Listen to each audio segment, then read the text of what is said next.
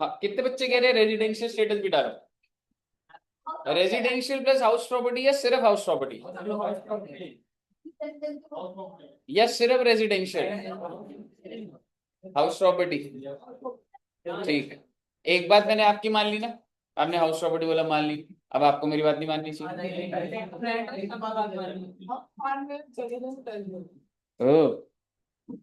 Youth of India. चलिए आइए बच्चे, हम लोगों का आज जीएसटी की कौन सी क्लास है? Very good, class number 3, third है भाई। मुझे बताइए, जीएसटी जो है वो डायरेक्ट टैक्स है या इनडायरेक्ट टैक्स है?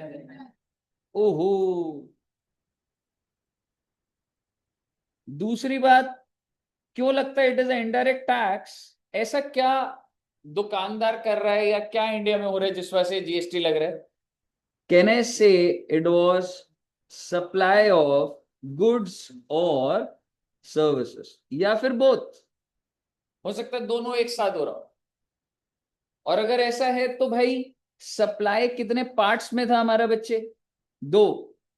एक थी सप्लाई या तो इंट्रा स्टेट, याद है, या फिर इंटर स्टेट।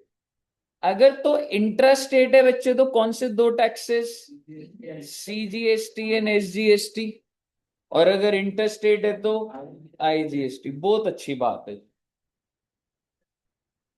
और अगर सीजीएसटी 6% है तो एसजीएसटी भी 6 होता है, और आईजीएसटी कितना हो जाएगा? 12%। बहुत अच्छी बात। इसके बाद हमने क्या देखा था? इंडिया के अंदर 28 स्टेट होती है, नंबर ऑफ एक्ट कितने पास हुए? 35 पास हुए। फिर जीएसटी कॉम्पनसेशन सेस देखा था। फिर अल्कोहलिक लिकर अभी बाहर है पर एक्साइज ड्यूटी चल रही है, tobacco, real estate, OPM, narcotics, उस पर क्या चल रहा है, पेट्रोलियम प्रोडक्ट पे क्या चल रहा है, सारे चार्ट आपने बना लिए। क्लियर है बच्चे? अब मैं आपके साथ आज एक और अच्छी बात करने जा रहा हूँ। आज इंट्रोडक्शन को खत्म करेंगे, थियोरेटिकल बात बची हुई है, बट आइए पहले फिर भी एक अच्छी बात करो। अब मुझे एक बात बताइए, अच्छा हेडिंग डाल लेना, that is utilization of ITC. ये बहुत इंपॉर्टेंट टॉपिक है बच्चे, और ये और ग्रो होता जाएगा जैसे जैसे हमारा जीएसटी आगे बढ़ेगा। तो आइए समझते हैं यूटिलाइजेशन ऑफ आईटीसी क्या होगा। एक बात बताओ, अगर एक शॉप है सपोज करो, तो आपको क्या लग रहा है, क्या वो शॉप सिर्फ और सिर्फ अपनी ही स्टेट में बेचती होगी या दूसरी स्टेट में भी बेच सकती? नहीं बेच सकते। यानी कि मैं ये कहना चाह रहा हूं, हो सकता है इंट्रा स्टेट सप्लाई हो। इंट्रा स्टेट का मतलब उसी स्टेट में। और अगर ऐसे हुआ तो कौन सा बिल पे क्या जीएसटी चार्ज करेगा वो? एग्जैक्टली, सीजीएसटी और एसजीएसटी। और अगर बच्चे इंटर स्टेट हुई तो आईजीएसटी। आपके दिमाग में एक चीज और आ सकती है, सर अगर मैं इंडिया से बाहर ही बेच दूं सामान तो? एक्सपोर्ट करने पर, एक्सपोर्ट करने पर जीएसटी नहीं लगता, क्योंकि जीएसटी डेस्टिनेशन बेस्ड है। अगर गुड्स ही बाहर चले गए तो डेस्टिनेशन ही बाहर है, तो वहां पे हमारी टेरिटरी ही नहीं है। लेकिन आपने ये समझा होगा कि अगर ये शॉप अगर कुछ इंपोर्ट कर लेगी बेटे, इस शॉप ने कुछ खरीदा है बाहर से, तो क्या लग जाएगा? बिल्कुल लग जाएगा। Why? Because destination of the goods is India. Goods जहां पहुंचे हैं वो इंडिया में। तो आप ये कह सकते हैं कि जब आप इंपोर्ट करते हैं तो जीएसटी लग जाता है। और कौन सा जीएसटी लगेगा? आईजीएसटी। मानते हो इस बात? आप में से कौन से बच्चे ये सोचते हैं कि सर हम भी बिजनेस करेंगे, शॉप खोलेंगे, या वोट एवर प्रोफेशन में, या वोट? कोई बच्चा ऐसा जो बिजनेस, आपका क्या प्लान है बच्चा? आकांक्षा, क्या बिजनेस? अपनी फर्म खोलो, किस चीज की? सीएस प्रैक्टिस करोगे, है ना? Very good. अगर मैं आपसे एज ए एसी वाली शॉप्स की बात करूं, तो क्या वो सिर्फ दिल्ली दिल्ली में बेचते होंगे? मान लो ये जो बाहर शॉप्स है, ये ऐसा हो सकता है उनके पास कोई ना कोई बायर हो जो बाहर के भी हो। कि भाई 500 एसी भेजने भाई आज, ऐसा हो सकता है, बिल्कुल हो सकता है। तो सोच के देखिए, क्या एक दुकानदार की लाइबिलिटी, क्या मैं कह सकता हूं आउटपुट आईजीएसटी भी हो सकती है, बोल सकता हूँ ये? भाई अगर बाहर बेचोगे तो आईजीएसटी तो चार्ज करूंगा, और आईजीएसटी आपसे लूंगा तो सरकार को आईजीएसटी तो दूंगा, तो लाइबिलिटी क्या बात की मेरी, आईजीएसटी की तो है। ठीक है, और कौन सी लाइबिलिटी हो सकती है एक दुकानदार की? Output CGST. और कौन सी लाइबिलिटी हो सकती है? Output SGST. यानी कि जितनी भी शॉप्स होती है, अगर वो दिल्ली दिल्ली में बेच रहा है तो सीजीएसटी एसजीएसटी सरकार को देना है, और अगर उसने इंटरस्टेट बेच दिया तो आईजीएसटी ना। सपोज करो कि ये आईजीएसटी की कोई लायबिलिटी है, ये सीजीएसटी की ये। अच्छा एक सवाल है, ये पेमेंट कैसे जाती है गवर्नमेंट को? क्वार्टरली, मंथली, एनुअली, कैसे जाती है? मैंने आपको बताया था आई। मंथली जाती है जी। मैकडोनल्ड है ना सामने, अभी सितंबर में बर्गर बिक गए होंगे आज सुबह सुबह भी, इसका टैक्स तो अभी कलेक्ट कर लिया, पर पेमेंट कब जाएगी सरकार को? 20 अक्टूबर, 20 अक्टूबर। यानी कि ये मंथली स्टेटमेंट बनती है। हर दुकानदार, आप ये कह सकते हैं, आप ये कह सकते हैं कि ये, मान लीजिए अभी कौन से मंथ की बन रही है? फॉर द मंथ ऑफ अगस्त 2025। मेरा आपसे सवाल, 2025 में जितनी भी लायबिलिटी थी वो कौन सी तारीख को पे हो गई होगी? 20 सितंबर। निकल चुकी है डेट, निकल चुकी है। ये सारी कैलकुलेशन कंपनियों की हो चुकी है। क्या कैलकुलेशन है? सर जी मुझे क्या पे करना है? आईजीएसटी। तो सर क्या मेरे को जो पे करना है, मतलब मैं जो बिल में लगाया वही है, या मैं आईटीसी ले सकता हूँ? ले सकते। तो पहले किसका आईटीसी? मेरे कहने का मतलब है सीक्वेंस है। ये तीनों लाइबिलिटी लिख दी मैंने। अभी लाइबिलिटी को एग्जाम्पल के लिए मान लो, ये 500, ये 300, ये 200। ठीक है, सीक्वेंस है। ठीक है, तो टोटल लाइबिलिटी कितनी होगी वैसे मेरी? 1000 रुपए। लेकिन मैं अपने आईटीसी को पहले किससे भिड़वाऊं? ठीक है, आईटीसी भी तो तीन होंगे। कौन कौन से आईटीसी होंगे? IGST, CGST, SGST. तो सिस्टम है भाई। ठीक है, सबसे पहले आईटीसी ऑफ आईजीएसटी। सर पहले सीजीएसटी यूज कर लो, नहीं कर सकता, लॉ है।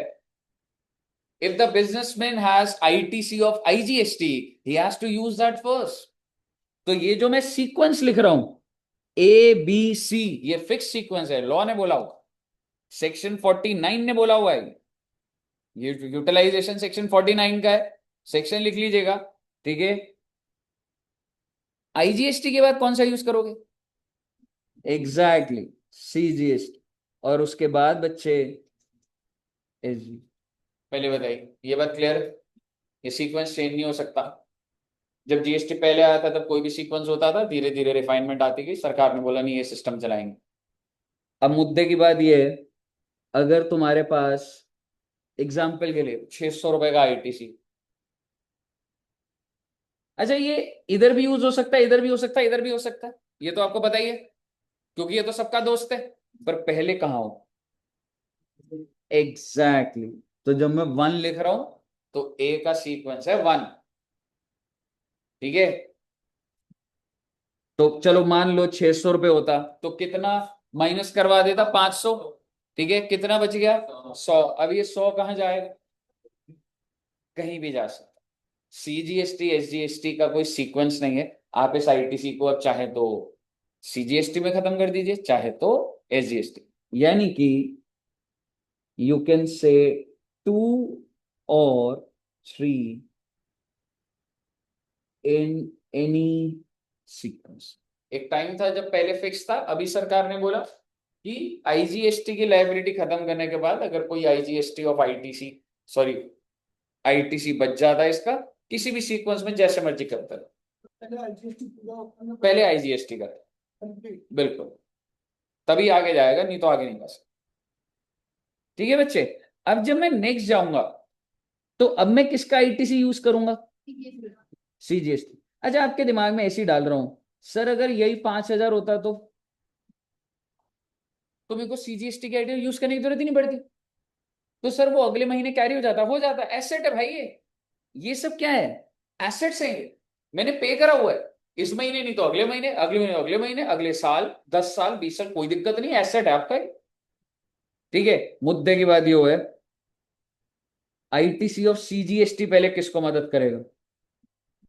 पहले अपने घर में ही मदद करी जाएगी, उसके बाद आईजीएसटी, एसजीएसटी की तो बात ही नहीं हो सकती।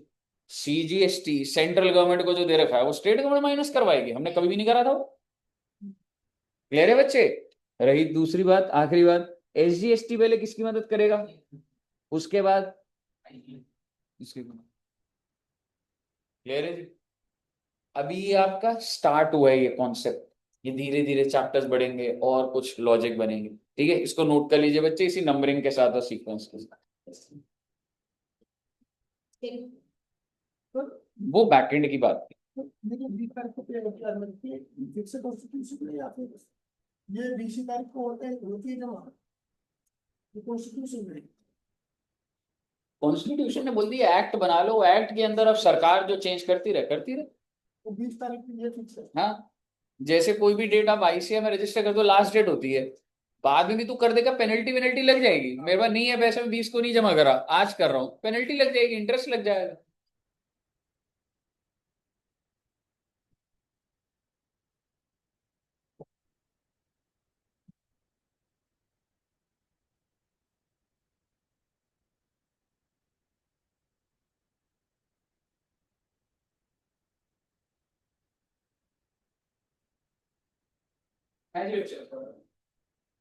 नोट कर लिया?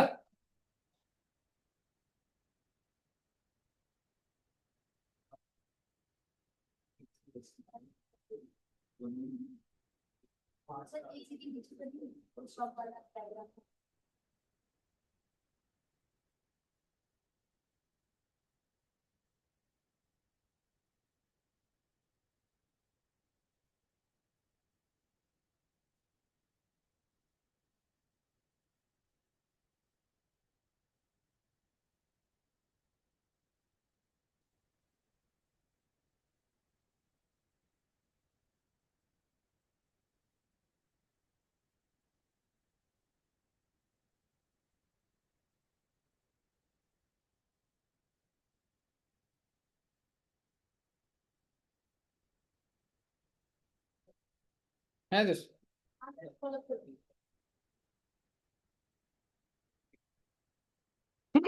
सॉरी।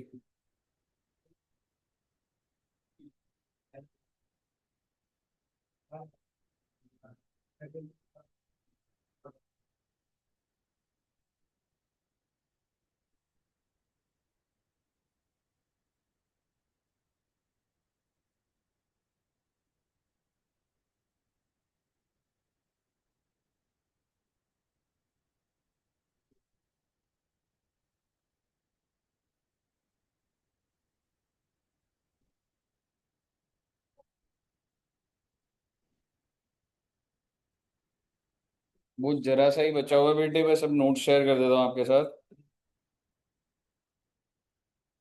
कर लिया नोट बच्चों ने? ओके, आओ बेटे आओ।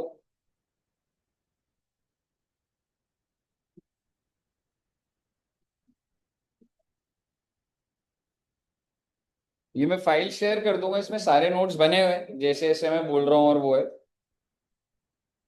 चलिए, एक बार जस्ट ऐसे ही आपको समराइज करता हुआ चल रहा हूँ। ये ध्यान है, GST, one nation one tax, 1 जुलाई 8 जुलाई, ये सारे के सारे टैक्सेस थे, सेंटर के पास जा रहे, स्टेट के पास जा रहे हैं। वही है ना सारी बातें। फॉरवर्ड चार्ज मैकेनिज्म सिखाया था मैंने, जीएसटी चार्ज करता हूँ, खुद ही आपसे पैसे ले लूंगा, जमा कर दूंगा। और आरसीएम क्या था, आरसीएम बताया था? अभी नहीं बताया था ना, आई थिंक आरसीएम बताऊंगा अभी। ठीक है, आरसीएम यहाँ बना हुआ है, पर मैं अपने तरीके से मैं बताऊंगा। अब मैं एक बार आपके साथ थोड़ा सा थ्योरेटिकल बातें पहले कर लेता हूँ, फिर उसके बाद बहुत जरा सा ही बचा हुआ, आधे घंटे का बचा हुआ, आपको नोट करने का टाइम दे दूँ।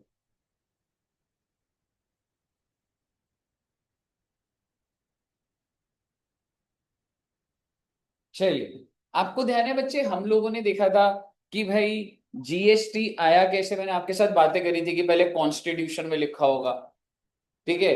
तो कॉन्स्टिट्यूशन की जो अमेंडमेंट थी ना वो, ठीक है, वो 101 अमेंडमेंट, 101st अमेंडमेंट, ये आपको लिखा हुआ दिख जाएगा अगर रीड भी करेंगे। कॉन्स्टिट्यूशन अमेंडमेंट होती है तो नंबर आते होंगे ना, तो जीएसटी की अमेंडमेंट की, जीएसटी के नाम का कॉन्स्टिट्यूशन में नाम आया तो इसको अमेंडमेंट बोला जाता है। तो किस नंबर पे थी? 101 पे थी बच्चों, ठीक है। अब कॉन्स्टिट्यूशन में क्या लिखा गया था? कॉन्स्टिट्यूशन में अब अगर मैं आपको बोलूं सरकार कॉन्स्टिट्यूट क्यों हो गई थी, क्या सेंट्रल गवर्नमेंट बीजेपी के इतनी पावर थी कि वो प्रेस रिलीज करके जीएसटी लगा सकते हैं? नहीं। तो मैं आपको कॉन्स्टिट्यूशन में क्या लिखा है वो बता रहा हूं। कॉन्स्टिट्यूशन के अंदर एक आर्टिकल है बच्चे, दैट इज आर्टिकल नंबर 265। 265 क्या कहते हैं बताओगे एक बार? No tax shall be levied और collected except by the authority of law. वो कह रहा है भाई कोई टैक्स ना तो कोई लेवी करेगा, लेवी मतलब चार्ज करेगा, ना ही collect, except with the authority of law. यानी कोई गवर्नमेंट ऊपर नहीं है, आपको एक प्रॉपर प्रोसीजर फॉलो करना पड़ेगा, that is authority of law. ये कौन सा आर्टिकल कह रहे हैं बच्चे? आर्टिकल 265। फिर सर जी आर्टिकल नंबर 245 क्या कहता है?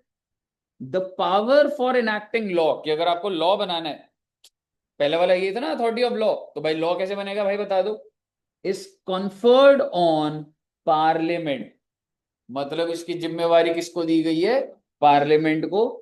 For whole part of India, अगर कोई चीज इंडिया से रिलेटेड लॉ होगा तो पार्लियामेंट में पास होगा। और आगे क्या लिख रहे? Legislature of state for whole part of the state. आप मुझे बताइए अगर आज दिल्ली सरकार को कोई लॉ पास करना है, जैसे कि आपको पता है, जैसे क्या दिल्ली में लिकर बैन है क्या? कौन सी स्टेट में बैन है? गुजरात और बिहार। गुजरात का एग्जांपल ले लेते हैं, अगर गुजरात में बैन है तो पार्लियामेंट में पास हुआ होगा। गुजरात अपने लेजिस्लेटिव असेंबली में पास करेगी कि भाई यहाँ पे लिकर नहीं बिकेगी किसी दुकान से। समझ रहे हो? सो बेसिकली ऐसे कितने सारे लॉज होते हैं भाई, आप सोच के देखिए। तो बेसिकली क्या है, अगर तो पूरे इंडिया के लिए है तो पार्लियामेंट में जाइए, और अगर अपनी स्टेट के लिए है तो जाके अपने विधानसभा में जाइए, लेजिस्लेटिव असेंबली। क्लियर है बच्चे? ओके। आपको याद है हमने ठीक है, तो ये 245 हो गया। अब आप समझिए इसके बाद एक आर्टिकल 246, ठीक है। और 246 क्या कहता है, ध्यान से सुनिएगा। 246 के अंदर एक शेड्यूल है, दैट इज शेड्यूल 7। तो आपको दिख रहा होगा शेड्यूल 7 ऑफ आर्टिकल 246। और इस शेड्यूल ऑफ सॉरी 7 शेड्यूल के अंदर इसके बाद क्या है? List 1, list 2, list. एक बात बताओ, मैंने तुम्हें बोला था कि इनकम टैक्स कौन कलेक्ट करता है? कौन कलेक्ट करता है? IT department. आईटी डिपार्टमेंट किसके अंडर आता है? किसके? Central government. कैसे डिसाइड हो? स्टेट इस पे झगड़ा क्यों नहीं कर रही? क्योंकि सर जी कॉन्स्टिट्यूशन में लिखा हुआ। पर सर कॉन्स्टिट्यूशन में पहली बार तो लिखा होगा, तो बेटे कुछ तो बातचीत होती है ना, सेंटर स्टेट ने उस टाइम मीटिंग करी होगी और स्टेट को बोला हो भाई तो दुकानों की सेल के ऊपर टैक्स ले ले, सेल्स टैक्स, हम इनकम टैक्स लेने थे भाई। समझ रहे हो? अब ये उस टाइम की हिस्ट्री होगी, लेकिन सर ये कहीं तो लिखी होगी बात। ये बात कहां लिखी हुई है? 7 शेड्यूल ऑफ आर्टिकल 246। और 7 शेड्यूल के अंदर 3 लिस्ट है, लिस्ट 1, लिस्ट 2, लिस्ट 3, जो क्लियरली बता देगा भाई जो लिस्ट 1 है ना वो यूनियन लिस्ट है। यानी कि यहाँ पे जो जो टैक्स लिखे आएंगे वो कौन लेगा बच्चे? यूनियन लिस्ट में सेंटर, स्टेट लिस्ट में स्टेट, और कॉन्करेंट में सेंटर और स्टेट। मेरा आपसे सवाल, जीएसटी किस में होगा? जीएसटी यूनियन में होगा, पर जीएसटी तो स्टेट भी ले रही है। कॉन्करेंट में होगा, आंसर इज कॉन्करेंट में कोई भी नाम नहीं। समझ रहे हो? हाँ नहीं, ऐसा भी नहीं है सर, यहाँ पे सीजीएसटी लिखा है नहीं, यहाँ पे एसजीएसटी लिखा है नहीं। ये क्या बात हो गई सर? मतलब 7 शेड्यूल के अंदर लिखा ही नहीं है, लिखा ही नहीं है बेटे। एक नई एंट्री डाली गई, आर्टिकल डाला गया 246A। आज तक जीएसटी से पहले जो भी टैक्सेस के नाम थे वो, जैसे आपको पता है एक्साइज ड्यूटी कौन सी लिस्ट में लिखी होगी? ऊपर union list, majorly. Sales taxes में लिखा होगा स्टेट लिस्ट। तो ऐसे लिस्ट बनी हुई, लेकिन जब जीएसटी आया तो जीएसटी के लिए कोई लिस्ट अपडेट नहीं हुई, एक नया आर्टिकल आ गया, दैट इज 246A। वो क्या कहते हैं, power to levy GST has been conferred by article 246A which was introduce by the constitution. कौन सी अमेंडमेंट है बच्चे? और वो ये कहता है parliament and legislature has the power to make rule for GST. ठीक है जी। Parliament has exclusive power to make law with GST in case of IGST. भैया बात ऐसी है, आईजीएसटी कहां पास करा गया? पार्लियामेंट में। तो पार्लियामेंट में तो स्टेट के घुसेगी बीच में, पैसे दे दूंगा स्टेट को, पर लॉ क्या चलेगा? जब पार्लियामेंट में पास है तो स्टेटें कहां से अपडेट कर लेंगी उसको? हर चीज रिलेटेड चल रही है पहले से, थ्योरेटिकल बातें हैं। मुद्दे की बात ये बेटे, मुझे इतनी बात बतानी, बस मैं छोटी सी बात एक और बना के बात आपको नोट करने को दूंगा। यूनियन लिस्ट में देखिए क्या आ रहा है, एंट्री नंबर, किसी बच्चे को ध्यान है entry number 82, taxes on income other than agriculture income, income tax है। पहले एंट्री नंबर 82 डला होगा, entry number 82 of list one of 7 schedule of article 246। कोई अगर आपसे पूछे कि हाँ हाँ इनकम टैक्स एक्ट तो पास हो रखा है, लेकिन वो क्यों हुआ है, क्या बेस है? सरकार ने पहली बार इनकम टैक्स एक्ट पास करा होगा, पर उससे पहले सारा काम करो। जन्म तो यहां से हुआ है बेटे टैक्स। इस जब ये एंट्री डल जाएगी तभी तो लॉ बनना स्टार्ट होगा। सबसे पहले ये वाली स्ट्रगल तो पूरी करे सरकार। तो बेसिकली यूनियन लिस्ट की कौन सी एंट्री इनकम टैक्स की परमिशन देती है? और आप ये कह सकते हैं यहां से जन्म हुआ है इसका। जब ये एंट्री डलेगी इसके बाद इनकम टैक्स एक्ट बना होगा। रादर मेरे को ऐसे भी नहीं बोलना चाहिए था, बताओगे कोई बच्चा करेक्ट करेगा? जब ये जन्म हो गया तो इनकम टैक्स एक्ट बनेगा, बिल बनेगा। एग्जैक्टली बिल बनने के बाद लोकसभा और राज्यसभा में पास हुआ होगा, उसके बाद प्रेसिडेंट के साइन हुए होंगे, उसके बाद ऑफिशियल गजेट में नोटिफाई करा जाता है, तब जाके ये जो बिल है ये एक्ट बन जाए। पहले डलेगी एंट्री, फिर आगे का काम होगा भाई। बिना एंट्री के लॉ बनाओगे, तुम्हारे तो पावर में ही नहीं है ये। समझ रहे हो? लॉजिक क्लियर है ना बच्चे? और कौन सा लिखा है एंट्री नंबर 83 किसका बच्चे? ओके, एंट्री नंबर 84, लेकिन आपके दिमाग में चल रहा है सर पर लिकर तो उस पे है। तो एंट्री नंबर 84 अगर मैं बोलूं ना इलेबोरेटेड, अदर देन लिकर लिखा होता। ठीक है, मैं को बोलना चाहिए एक चीज, ये बना लोगे आप ये भी चीज? नहीं एक बार कोई बात नहीं, एक सेकंड रुकना, ध्यान से सुनो। एंट्री नंबर 84 पता है कैसे लिखा हुआ है? ड्यूटी ऑफ एक्साइज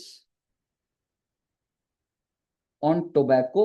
ओहो, टोबैको का अलग से नाम? हाँ बेटे हाँ, and other goods. Entry number 84 ऐसे स्टार्ट होती है, हम लिखेंगे कि ड्यूटी ऑफ एक्साइज लगेगी, किस चीज के ऊपर लगेगी? Tobacco and other goods, excluding alcoholic liquor for HC. HC क्या है? Human consumption. दूसरा point, opium, narcotics, Indian hemp, और वो लिखा हुआ था ना हेम्प एक्सेप्ट। सरकार ने बोला हम लगाएंगे 84 के तहत, हम हर चीज पे लगाएंगे, लेकिन किस चीज को बाहर कर देंगे? अल्कोहलिक लिकर कि इसकी जो मैन्युफैक्चरिंग है, ऐसे बोलना चाहिए duty of excise on manufacture of tobacco and other products other than alcoholic liquor for human consumption, और दूसरा ओपियम एंड हेम्प। आगे सुनिएगा, इंक्लूडिंग। अब सरकार को लगा भाई, एक बात बताइए बच्चे, अगर मैं आपको बोलूं क्या अल्कोहल सिर्फ अल्कोहल में ही होती है या जनरल दवाइयों में भी होती है? उधर ना कोई दवाई खाओ तो नींद आ जाए, क्यों आ जाए, सैनिटाइजर खा लो, सैनिटाइजर में भी होती था, ठीक है, सैनिटाइजर में होती है बच्चे, इधर जैसे रखा भी था, मैं भी सोच रहा था, तो इसमें भी ना अल्कोहल का कंटेंट लिखा हुआ, और किसी दवाई में जिसमें अल्कोहल, एंटीबायोटिक्स में होती है अल्कोहल, ठीक है। डी कोल्ड पता है आपको, डी कोल्ड, हाँ कफ सिरप, उसमें भी होती है बच्चे। तो आप मुझे बताइए इसका मतलब ये जो सैनिटाइजर्स बनेंगे, ठीक है, एंटीबायोटिक्स है, जो मेडिसिन बन रही है, वो भी बाहर, वो भी मतलब अगर बन रही है तो बोला जाए ये तो अल्कोहल है, ये भी दवाई है, हाँ, तो दवाई भी तो ह्यूमन के लिए ही है, एनिमल्स तो नहीं। डायरेक्टली दवाई को कैसे खा रहे हो, डायरेक्टली खा रहे हो, हाँ, हाँ मतलब वो ऐसा नहीं है कि आप जाके बोल रहे हो कि लिकर दे दो और वो आपको पैरासीटामोल दे रहा है ना, वो मैं समझ गया। इसीलिए सरकार ने क्लियरली बोला इंक्लूडिंग का मतलब कि अब जो हम लिखेंगे उस पे एक्साइज सेंटर के पास ही रहे, इंक्लूडिंग मेडिसिनल प्रिपरेशन, मेडिसिन लिख सकते हैं आप, इंक्लूडिंग मेडिसिन, और आप कह सकते हैं टॉयलेट प्रिपरेशंस। अरे सर ये क्या बेटे, हार्पिक में एक बात बताइए आप, हार्पिक में भी अल्कोहल या ये चीजें होती है नहीं होती, बिल्कुल होती, तो क्या वो चीज बाहर हो जाएगी क्या, मतलब वो स्टेट ले जाएगी उसके मैन्युफैक्चरिंग पे, नहीं भाई, स्टेट सिर्फ और सिर्फ दो चीजों पे लेके जा रही है, कौन कौन सी, और दूसरा ओपियम नार्कोटिक्स है, नीचे का इंक्लूडिंग क्लैरिफिकेशन, क्लियर है बच्चे। अब आप मुझे बताइए 82 किसका था हमारा, income tax, 83 custom, 84 GST, 246A अभी कराया था ना, इसकी कोई एंट्री वेंट्री नहीं आई, इस पे कोई वो नहीं है, 85 बेटे कोई एंट्री नहीं है इस पे, 246A, ठीक है। 246 से क्या लेकर आया मैं आपको बताता हूं, CGST एंड SGST, और गहरा जाएंगे तो IGST किस पे है, वो अलग है, वो 269A लेकर आया, लिखा होगा यहाँ पर, ओहो ये लिखा है ना, सॉरी वो अलग चीज थी, 269A दिख रहा है बच्चे, क्या लिखा है एक बार पढ़िए, GST on interstate supply shall be levied and collected by central government, और सेंटर ने बोला चिंता मत करिए, such tax will be a portion between centre and state, और आगे क्या लिख दिया बच्चे, डेस्टिनेशन, यही बात थी ना 269A की, मुद्दे की बात ये हुआ, ये जो अभी मैंने आपको पढ़ा है आपको समझ आ रहा है, ये वाली अब लाइन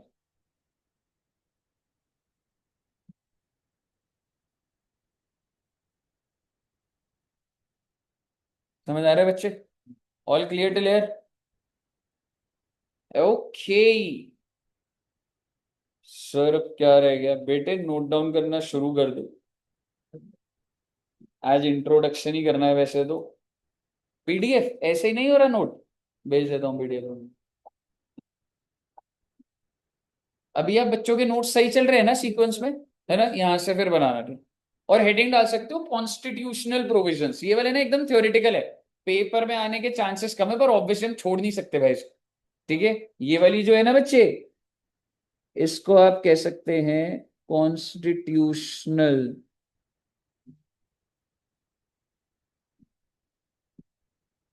प्रोविजन,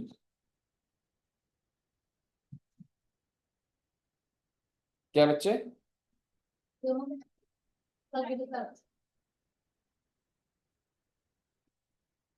गलती से बाई चांस 2 नंबर के नोट्स एग्जाम में आ गए तो बस उसके लिए हो सकता है, अभी बहुत सारा डेटा है ये तो, मतलब बस वो है कि एक इंट्रो लेवल पर,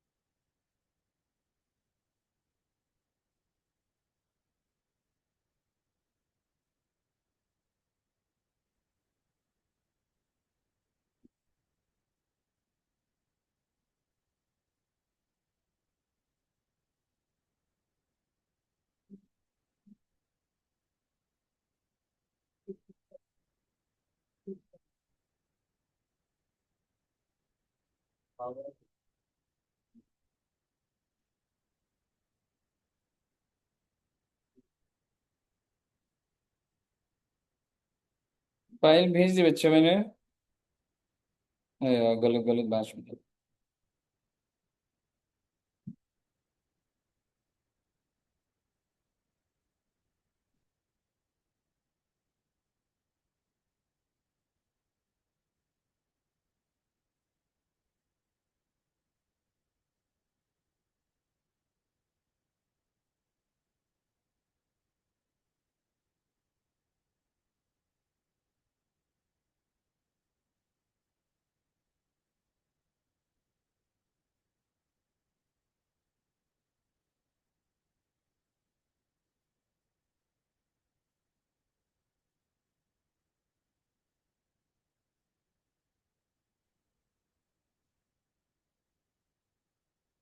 चलिए जी, लिख लीजिए, फाइल भेज दी मैंने एक बार।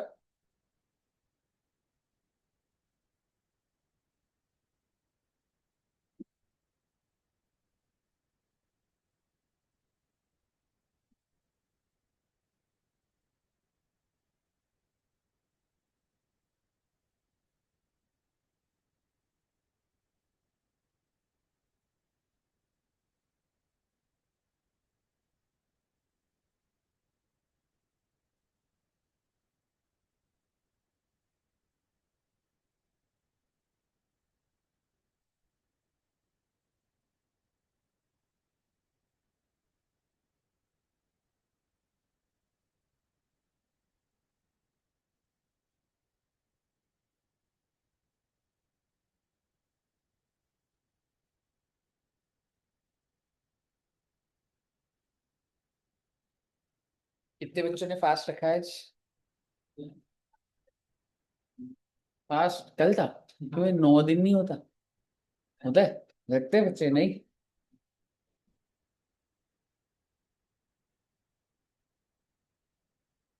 प्रीत जी, वो नहीं आया भाई तेरा दोस्त?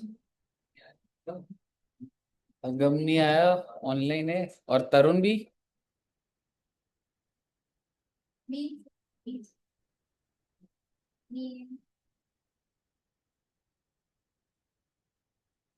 सनी भी नहीं दिख रहा। बच्चे कम आए आज, टेस्ट है आज। तू आया फिर है? तेरा नहीं है टेस्ट?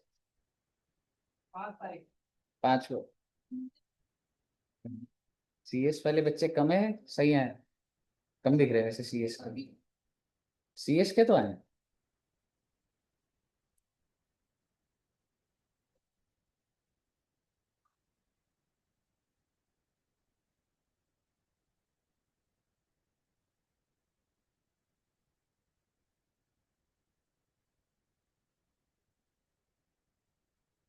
लिख लो बेटे, यार तो रिलैक्स्ड, ऐसा डेटा नहीं। वैल्यू ऑफ सप्लाई कराऊंगा। अक्टूबर मिड से तुम्हारे फिर दोनों स्टार्ट कर दूंगा या कुछ ऐसा। हाँ, क्या है? हाँ मतलब मिड अक्टूबर। सर को टेस्ट करना, वो टेस्ट करना, टेस्ट के टेस्ट वो हॉस्पिटल के टेस्ट टेस्ट वो कितने मार्क्स है? 50 मार्क्स, 1 घंटे का हो।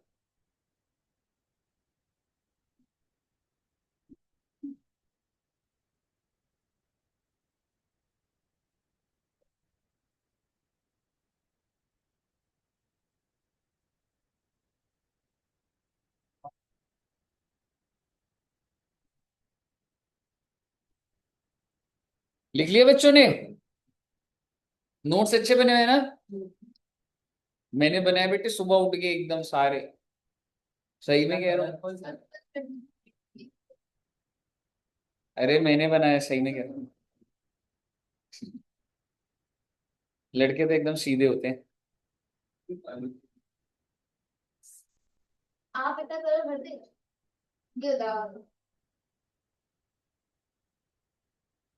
आपका ये हैंड राइटिंग कैसी है, अच्छी है या उतनी अच्छी नहीं है, क्या लग रहा है? थोड़ी, हाँ थोड़ा सा वो है ना। वैसे तो साफ और मतलब एफर्ट है, पर हाँ, बीच बीच में एकदम बहुत ही ज्यादा ज्यादा एफर्ट डालते हो। पर वैसे ओवरऑल लेआउट बहुत अच्छा है, तो आपके लिए हेल्प हो जाएगी। हम्म। तो पावर क्लास अथॉरिटी। क्या लिखा हुआ है? हाँ, इट गिव्स पावर ओब्लिक, हाँ, authority to union and states.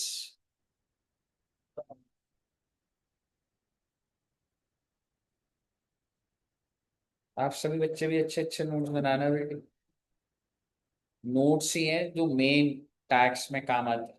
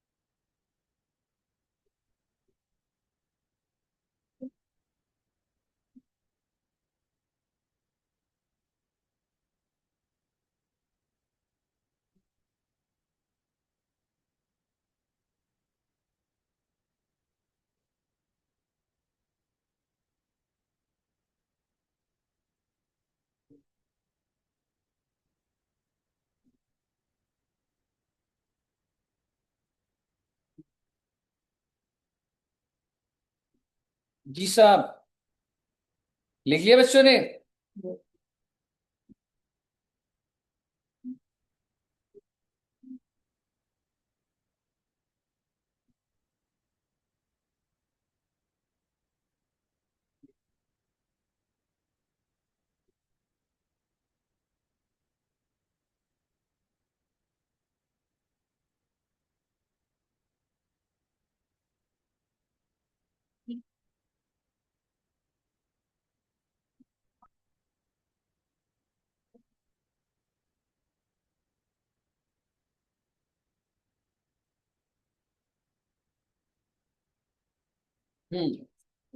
ये होने के बाद अभी नीचे भी है।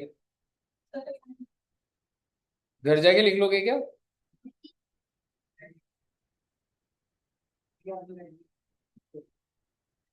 चलो कोई नहीं, कोई बच्चा लिख रहा है अभी तो। हाँ हाँ, पीडीएफ। बस थोड़ा सा आरसीएम का बता दूंगा और खत्म है बेटे चैप्टर में, तो जो बोलना है खत्म हो गया। 2 क्लास में ही हो जाता है वैसे। थोड़ा सा ही बचा हुआ था। आज हो गया?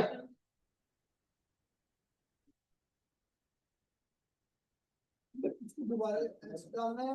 नहीं नहीं, नीचे ही, अगर नीचे डला हुआ है तो ठीक है, बस थ्योरी तो है। समझ रहे हो, यहाँ डालने की जरूरत नहीं हो, नीचे डला हुआ था ना।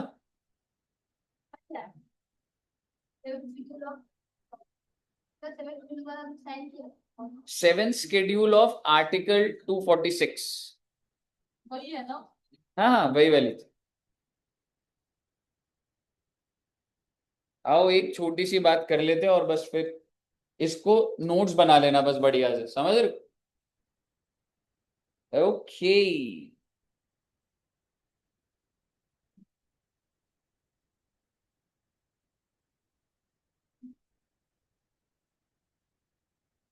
यार 246 ए भी लिखोगे? नहीं नहीं, अब इसमें जो बीच में कोई आर्टिकल एक दो आ रहा होगा वो लिख लेना और याद कर लेना, मेरा उसमें कोई रोल नहीं है। हाँ, एंट्री लिखो।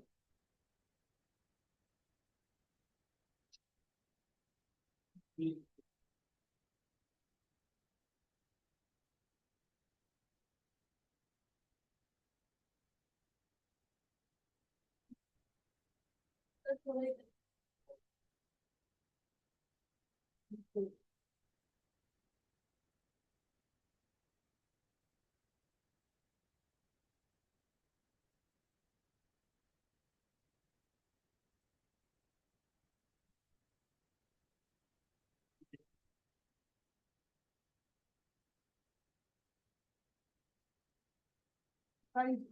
लिखा है वो जो वो नीचे लिखा हुआ है, नीचे? हाँ यहीं पे बस एंट्री के नाम आ गए, नीचे लिख लेना उसको, कोई दिक्कत नहीं।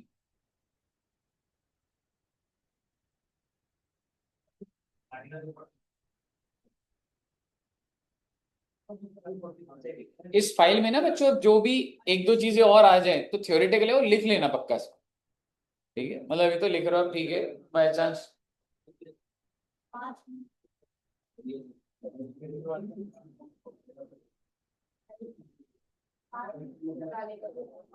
मैं तो कह रहा हूँ एक अच्छी बात बोलता हूँ आपको, अगर अच्छा लगे तो आप बताइएगा। सैटरडे को आप हाउस प्रॉपर्टी का टेस्ट दे रहे हो ना, जीएसटी का इंट्रोडक्शन भी डाली दो, अच्छी लगी होगी बात तो आप हाँ कर दीजिए।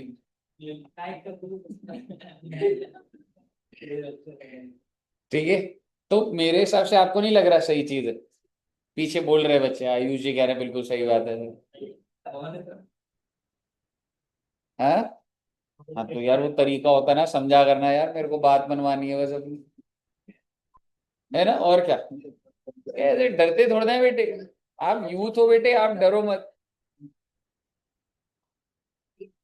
हाँ, कॉन्करेंट में कोई भी एंट्री नहीं है। कॉन्करेंट का मतलब होता है सेंटर स्टेट मिलके लेंगे, आज तक कॉन्स्टिट्यूशन में कोई एंट्री नहीं आई इसमें। भाई जीएसटी वाला भी लिख ही लो यार, अब इतनी देर से लिख रहे हो तो। इसमें यही 2 लाइनर्स 246 ए, या आपको जैसे अभी मैंने वही आएंगे कि कौन से गुड्स पर एक्साइज ड्यूटी अभी भी है, ऐसे करके थ्योरेटिकल।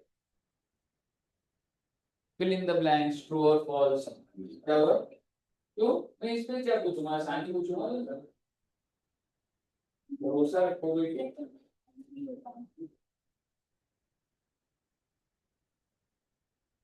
दुष्यंत सर को बहुत ज्यादा बोलते उन्होंने तो लिमिट लगा दी है। हैं। हाँ शायद अगर टेस्ट में नहीं आई 47 साइड था, 43 कमाई थी सर, 3 महीने तक, 3 महीने ज्वाइन नहीं करने देंगे अगर घर में बात नहीं अच्छा, वो भी 3 दिन क्लास छोड़ने के बाद में पेरेंट्स से बात करेंगे।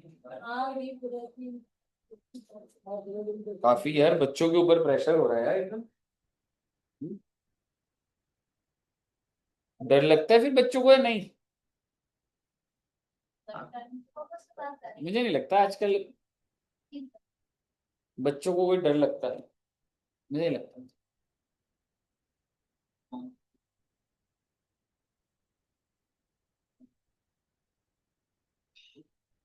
मैं तो जो बच्चे के हाईएस्ट आएंगे ना हाउस प्रॉपर्टी में, ठीक है, उसको मैकडोनल्ड से हैप्पी मील की ट्रीट है मेरी तरफ से। जो बच्चे के हाईएस्ट आएंगे सबसे ज्यादा, और जो बच्चे के सबसे कम आएंगे वो खरीद के देगा।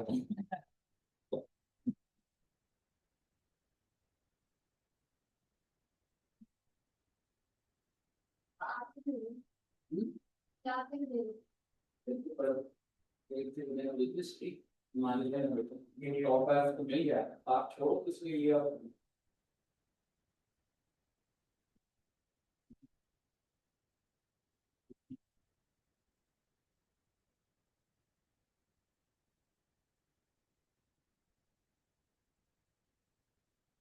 हाउस प्रॉपर्टी तो सबका हो गया है ना, सारे बच्चे देना टेस्ट, मिस मत करना।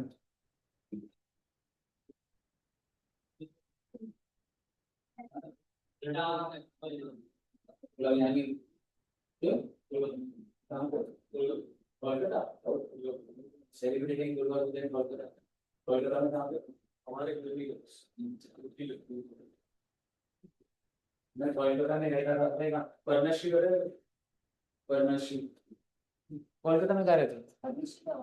पद्मश्री, वो पद्मश्री अवार्ड है। पर्णश्री, पर्णश्री, हावड़ा। मैं उधर जॉब करता था ना, मैं गया था 10-12 महीने रहा हूँ मैं कोलकाता में। जो सॉल्ट लेक भी है।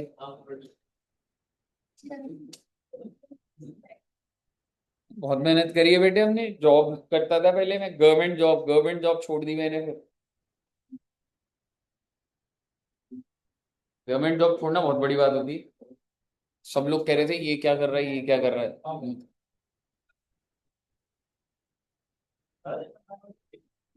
हाँ नहीं, ये नहीं बनाना।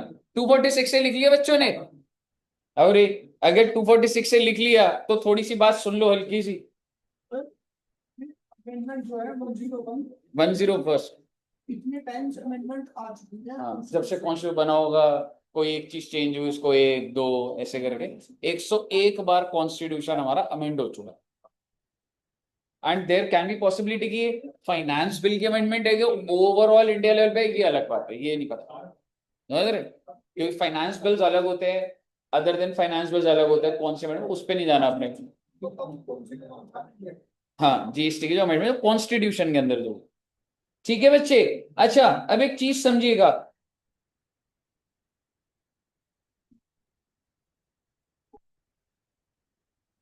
अच्छा, एक आर्टिकल ना मुझे बोलना है, ठीक है? सिर्फ मेरे को आपको रीड कराना है। आर्टिकल है 279A। ये क्या कहता है? It gives power to the president to constitute GST council. देखो बेटे, स्टेट ने बोला सर आप हमसे भी तो पूछना, कल को लॉ बनाओगे तो। एक बात बताओ, सीजीएसटी एसजीएसटी सेम ही है, कॉपी पेस्ट है, लेकिन ये बनाएगा कौन? अगर सेंटर बना दिया तो स्टेट अभी भी बोलेगी सर आप तो हमसे कुछ कंसल्ट ही नहीं कर रहे हो। तो क्या बना? GST council. यानी कि एक कमेटी बिठाई गई जिसको क्या बोला जाता है? GST council. इस जीएसटी काउंसिल में फाइनेंस मिनिस्टर होंगे जो हेड होंगे। अभी हमारी फाइनेंस मिनिस्टर कौन है मैडम? जो है निर्मला सीतारमन जी। तो she will be the chairman of the council, GST council.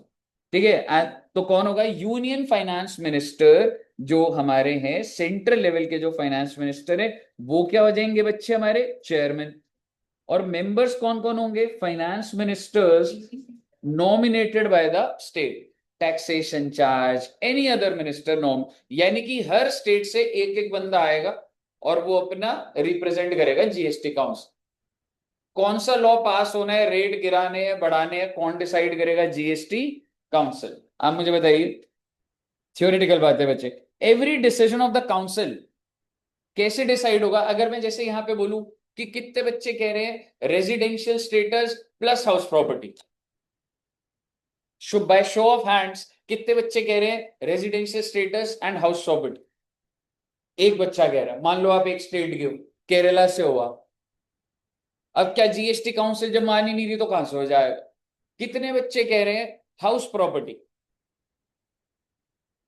अभी भी सारी स्टेटें मान नहीं रही हैं। हाँ, इधर आपको क्या मतलब, क्या है ना? तो आपकी क्या ज्यादा बड़ी स्टेट है जो आप आंसर ही नहीं दोगे, पूछा जाएगा आपसे? कैसे? ऐसे कर लो बेटे, थोड़े हाथ ऊपर कर लो। समझ रहे हो? तो कह सकता हूं कि मेजॉरिटी दिख रहा है। कितने बच्चे कह रहे हैं नो टेस्ट? हाँ, नो टेस्ट। ठीक है। तो बेसिकली ऑब्वियसली नोटिस का नहीं, मान लो रेजिडेंशियल और ये हो गया, तो क्लियर दिख गया कि बाय शो ऑफ हैंड्स कह सकता हूं कि मेजॉरिटी देखा जा रहा है 50% से ऊपर अगर है तो। ठीक है। लेकिन जीएसटी काउंसिल में क्या लिखा हुआ है? कितनी मेजॉरिटी आनी चाहिए? 3/4। 75% भाई साहब, अगर एक डिसीजन को यस कर दिया तो वो पास हो जाएगा, आगे प्रपोज कर दिया जाएगा पास करने को। नहीं है तो अभी फिर वो डिस्प्यूटेड रहेगी। और इसके अंदर सेंटर की कितनी power? Central government has a weight of 1/3। एक बात बताइए, आप सबका जो वोट काउंट होगा, 1 रुपए 1 रुपए 1 रुपए काउंट हो रहा है, ठीक है? और मेरा क्या हो जाएगा? 1/3 में इसको ऐसे बोलना चाह रहा हूं, नहीं 1/3 का मतलब क्या हुआ? That is 33.33। आप सबके सब क्या हो? 66.67। तो अगर मैंने यस बोला, सो दैट मीन्स 33% ने क्या बोल दिया अभी? यस। अब मुझे आपके यहां से सिर्फ आधी जनता चाहिए, तो मैं जुड़ गया तो मेरा वो हो जाए। आप समझ गए क्या बोल रहा हूं? ऐसे कोई एग्जाम में क्वेश्चन नहीं आ जाता, पर लॉजिक तो समझ आना चाहिए। आप सब जो बैठे हुए हो, you guys are 2/3 and I am 1/3। अगर मैंने बोल दिया कि रेजिडेंशियल और हाउस प्रॉपर्टी होगा, तो कितने परसेंट लोगों ने बोल दिया कि होगा? 33%। अब आप में से सिर्फ मुझे आधी जनता चाहिए जो हाँ कर दे, पास हो जाए। मुझे बताइए, क्लियर है? कितने बच्चे कह रहे बेटे रेजिडेंशियल? नहीं हो रहा, एक बच्चा। ठीक है, क्या मैं कह सकता हूँ 2 बच्चे? पर क्या इधर से आधी पॉपुलेशन आ गई, आधी स्टेट आ गई? नहीं है, तो पास नहीं हो सकता। ठीक है जी। अब मुझे बताइए, every decision of the council majority 3/4, समझ आ गया? ऐसे ही बोल रहा हूं।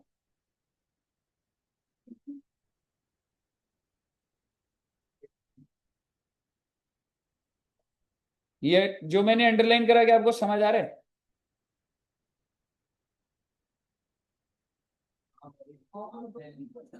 सारी बातें वही है ना भाई?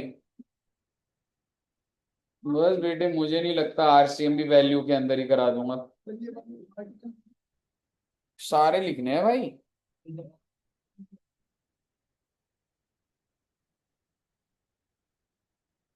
मेरे पास और कुछ नहीं है बेटे। मुझे बताइए, ऑल क्लियर टिल है?